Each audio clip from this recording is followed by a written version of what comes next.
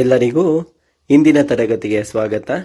ಇಂದಿನ ತರಗತಿಯ ಮೊದಲನೇ ಕ್ವಶನ್ ನೋಡೋದಾದ್ರೆ, ಗಣಕವು ಡ್ಯಾಶ್ ಒಂದಿಲ್ಲದಿದ್ದರೆ ಅದನ್ನ ಬೂಟ್ ಮಾಡಲು ಸಾಧ್ಯವಿಲ್ಲವೇ?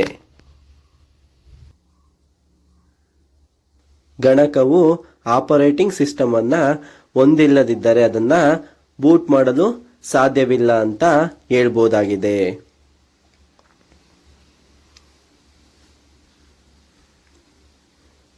ಮುಂದಿನ ಕ್ವಶನ್ ನೋಡೋದಾದ್ರೆ, ಪ್ರೋಗ್ರಾಮ್ ಮಾಡಿದ ಚಿಪ್ಗೆ ಬೇರೆ ಹೆಸರೇನು? ಪ್ರೋಗ್ರಾಮ್ ಮಾಡಿದ ಚಿಪ್ಗೆ ಬೇರೆ ಹೆಸರು LSIC ಅಂತ ಹೇಳ್ಬೋದಾಗಿದೆ. 78ನೇ ಕ್ವಶನ್ ನೋಡೋದಾದ್ರೆ, ಸಾಮಾನ್ಯ CD-ROM ಸಾಮಾನ್ಯವಾಗಿ ಡ್ಯಾಶ್ ಡೇಟಾವನ್ನ ಸಂಗ್ರಹಿಸಬಹುದು ಅಂತ ಕೊಟ್ಟಿದ್ದಾರೆ. ಸಾಮಾನ್ಯವಾಗಿ CD-ROM ಸಾಮಾನ್ಯವಾಗಿ 680 MB ಡೇಟಾವನ್ನ ಸಂಗ್ರಹಿಸಬಹುದು ಅಂತ ಹೇಳ್ಬೋದು.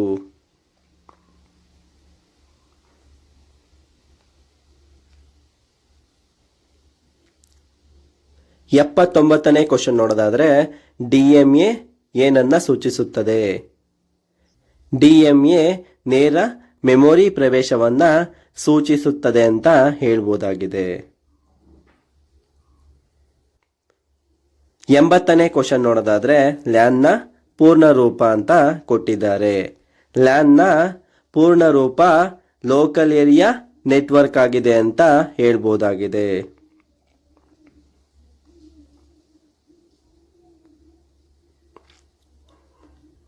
81ನೇ ಕ್ವಶನ್ ನೋಡೋದಾದ್ರೆ, ASC2 ಎಂದರೇನು? ASC2 ಎಂದರೆ ಮಾಹಿತಿ ವಿನಿಮಯಕ್ಕಾಗಿ ಅಮೆರಿಕನ್ ಸ್ಟ್ಯಾಂಡರ್ಡ್ ಕೋಡ್ ಆಗಿದೆ.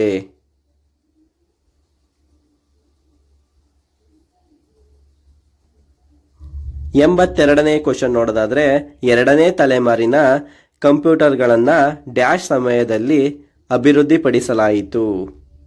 ಎರಡನೇ ತಲೆಮಾರಿನ ಕಂಪ್ಯೂಟರ್ಗಳನ್ನು 1956ರಿಂದ 65ರ ಸಮಯದಲ್ಲಿ ಅಭಿವೃದ್ಧಿಪಡಿಸಲಾಯಿತು ಅಂತ ಹೇಳ್ಬೋದಾಗಿದೆ.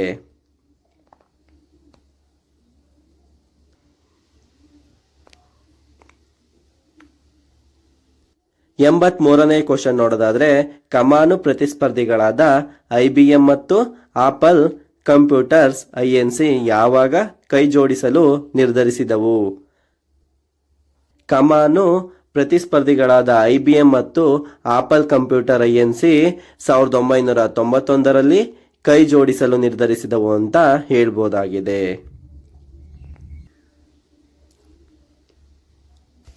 84ನೇ ಕ್ವಶನ್ ನೋಡೋದಾದ್ರೆ, ಯಾವ ರೀತಿಯ ಸ್ಮರಣೆಯು ಸ್ಥಿರ ಮತ್ತು ಬಾಷ್ಪಶೀಲವಾದ ಎರಡೂ ಆಗಿದೆ? ರಾಮ್ ರೀತಿಯ ಸ್ಮರಣೆಯು ಸ್ಥಿರ ಮತ್ತು ಬಾಷ್ಪಶೀಲವಾದ ಎರಡೂ ಆಗಿದೆ ಅಂತ ಹೇಳ್ಬೋದಾಗಿದೆ.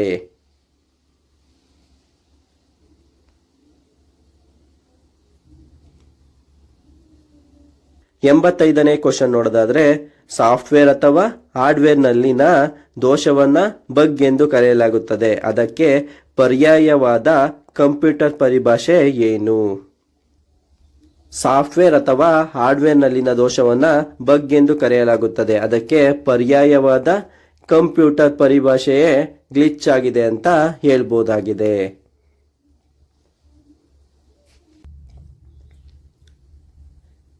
86ನೇ ಕ್ವಶನ್ ನೋಡೋದಾದ್ರೆ, ಅಪೇಕ್ಷಿಸದ ಬೃಹತ್ ಇಮೇಲ್ನಂತಹ ಅನಗತ್ಯ ಪುನರಾವರ್ತಿತ ಸಂದೇಶಗಳನ್ನ ಡ್ಯಾಶ್ ಎಂದು ಕರೆಯಲಾಗುತ್ತದೆ. ಅಪೇಕ್ಷಿಸದ ಬೃಹತ್ ಇಮೇಲ್ನಂತಹ ಅನಗತ್ಯ ಪುನರಾವರ್ತಿತ ಸಂದೇಶಗಳನ್ನ ಸ್ಪ್ಯಾಮ್ ಎಂದು ಕರೆಯಲಾಗುತ್ತದೆ ಅಂತ ಹೇಳ್ಬೋದಾಗಿದೆ.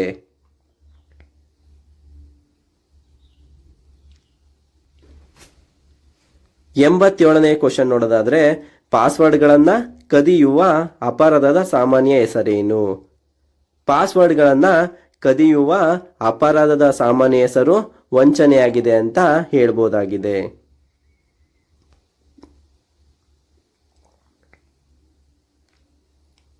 88ನೇ ಕ್ವಶನ್ ನೋಡೋದಾದ್ರೆ, ಬಯೋಸ್ ಎಂದರೆ ಡ್ಯಾಶ್ ಅಂತ ಕೊಟ್ಟಿದ್ದಾರೆ. ಬಯೋಸ್ ಎಂದರೆ ಮೂಲ ಇನ್ಪುಟ್ ಔಟ್ಪುಟ್ ಸಿಸ್ಟಮ್ ಆಗಿದೆ ಅಂತ ಹೇಳ್ಬೋದಾಗಿದೆ.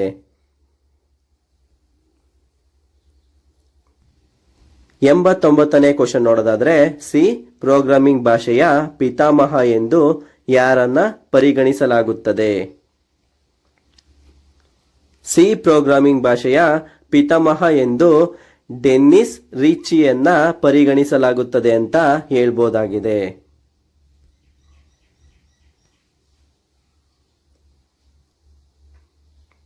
90ನೇ ಕ್ವಶನ್ ನೋಡೋದಾದ್ರೆ ಕಂಪ್ಯೂಟರ್ನ ಪ್ರೊಸೆಸರ್ಗಾಗಿ ರ್ಯಾಮ್ ಅನ್ನ ಡ್ಯಾಶ್ ಎಂದು ಪರಿಗಣಿಸಬಹುದು.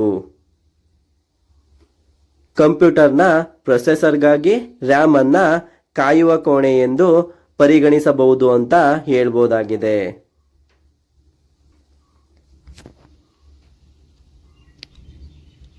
91ನೇ ಕ್ವಶನ್ ನೋಡೋದಾದ್ರೆ ಕಂಪ್ಯೂಟರ್ಗಳು ಡೇಟಾವನ್ನ ಹಲವು ವಿಧಗಳಲ್ಲಿ ಕುಶಲತೆಯಿಂದ ನಿರ್ವಹಿಸುತ್ತವೆ ಮತ್ತು ಈ ಕುಶಲತೆಯನ್ನ ಡ್ಯಾಶ್ ಎಂದು ಕರೆಯಲಾಗುತ್ತದೆ. ಕಂಪ್ಯೂಟರ್ಗಳು ಡೇಟಾವನ್ನು ಹಲವು ವಿಧಗಳಲ್ಲಿ ಕುಶಲತೆಯಿಂದ ನಿರ್ವಹಿಸುತ್ತವೆ ಮತ್ತು ಈ ಕುಶಲತೆಯನ್ನ ಸಂಸ್ಕರಣೆ ಎಂದು ಕರೆಯಲಾಗುತ್ತದೆ ಅಂತ ಹೇಳ್ಬೋದಾಗಿದೆ.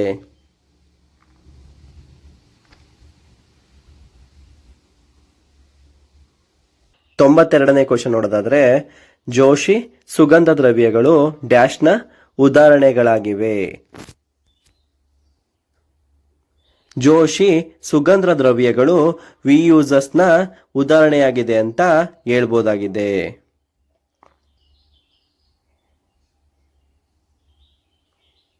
93ನೇ ಕ್ವಶನ್ ನೋಡೋದಾದ್ರೆ ಅಪರಾಧಿಯ ಕಂಪ್ಯೂಟರ್ನಿಂದ ಅಳಿಸಲಾದ ಅಥವಾ ಹಾನಿಗೊಳಗಾದ ಫೈಲ್ಗಳನ್ನು ಮರುಪಡೆಯಲು ಮತ್ತು ಓದುವ ಸಾಮರ್ಥ್ಯವು ಕಾನೂನು ಜಾರಿ ವಿಶೇಷತೆಯ ಉದಾಹರಣೆಯಾಗಿದೆ.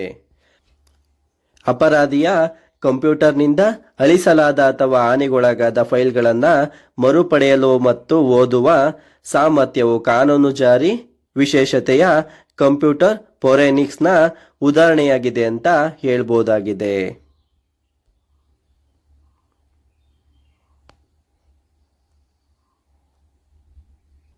94ನೇ ಕ್ವಶನ್ ನೋಡೋದಾದ್ರೆ ಕಂಪ್ಯೂಟರ್ ಮೆಮೊರಿ ಕ್ರಮಾನುಗತದಲ್ಲಿ ಹೆಚ್ಚಿನ ಡೇಟಾ ಎಲ್ಲಿಗೆ ಹೋಗುತ್ತದೆ? ಕಂಪ್ಯೂಟರ್ ಮೆಮೊರಿ ಕ್ರಮಾನುಗತದಲ್ಲಿ ಹೆಚ್ಚಿನ ಡೇಟಾ ರ್ಯಾಮ್ಗೆ ಹೋಗುತ್ತದೆ ಎಂದು ಹೇಳಬಹುದಾಗಿದೆ.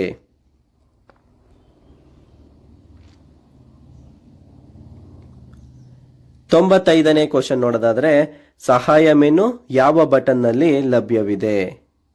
ಸಹಾಯ ಮೆನು ಪ್ರಾರಂಭಿಸಿ ಬಟನ್ನಲ್ಲಿ ಲಭ್ಯವಿದೆ ಅಂತ ಹೇಳ್ಬೋದಾಗಿದೆ.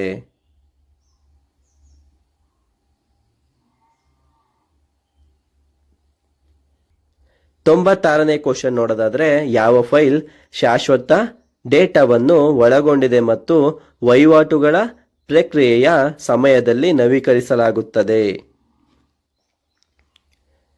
ಮಾಸ್ಟರ್ ಫೈಲ್ ಶಾಶ್ವತ ಡೇಟಾವನ್ನು ಒಳಗೊಂಡಿದೆ ಮತ್ತು ವಹಿವಾಟುಗಳ ಪ್ರಕ್ರಿಯೆಯ ಸಮಯದಲ್ಲಿ ನವೀಕರಿಸಲಾಗುತ್ತದೆ ಅಂತ ಹೇಳ್ಬೋದಾಗಿದೆ.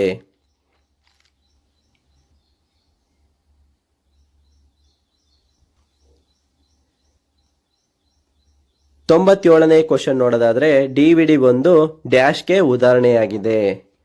ಡಿವಿಡಿ ಒಂದು ಆಪ್ಟಿಕಲ್ ಡಿಸ್ಕ್ಗೆ ಉದಾಹರಣೆಯಾಗಿದೆ ಅಂತ ಹೇಳ್ಬೋದು.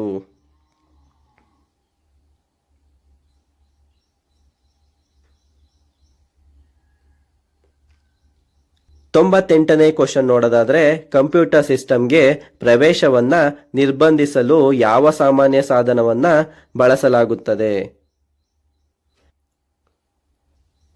ಕಂಪ್ಯೂಟರ್ ಸಿಸ್ಟಮ್ಗೆ ಪ್ರವೇಶವನ್ನ ನಿರ್ಬಂಧಿಸಲು ಪಾಸ್ವರ್ಡ್ಗಳು ಎಂಬ ಸಾಮಾನ್ಯ ಸಾಧನವನ್ನ ಬಳಸಲಾಗುತ್ತದೆ ಎಂದು ಹೇಳಬಹುದಾಗಿದೆ.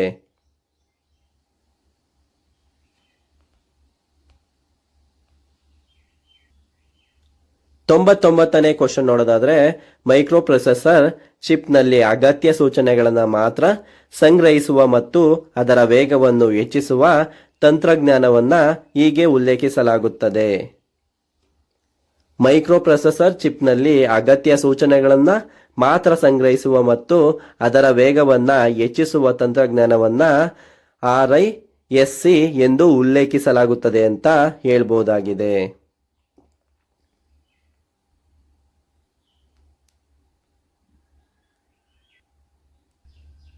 ಇಂದಿನ ತರಗತಿಯ ಕೊನೆಯ ಕ್ವಶನ್ ನೋಡೋದಾದ್ರೆ, ಬಳಕೆದಾರರ ಮಾಹಿತಿಯನ್ನ ಸಂಗ್ರಹಿಸಿ ಇಂಟರ್ನೆಟ್ ಮೂಲಕ ಯಾರಿಗಾದರೂ ಕಳುಹಿಸುವ ಅಪ್ಲಿಕೇಶನ್ ಪ್ರೋಗ್ರಾಂನ ಹೆಸರೇನು?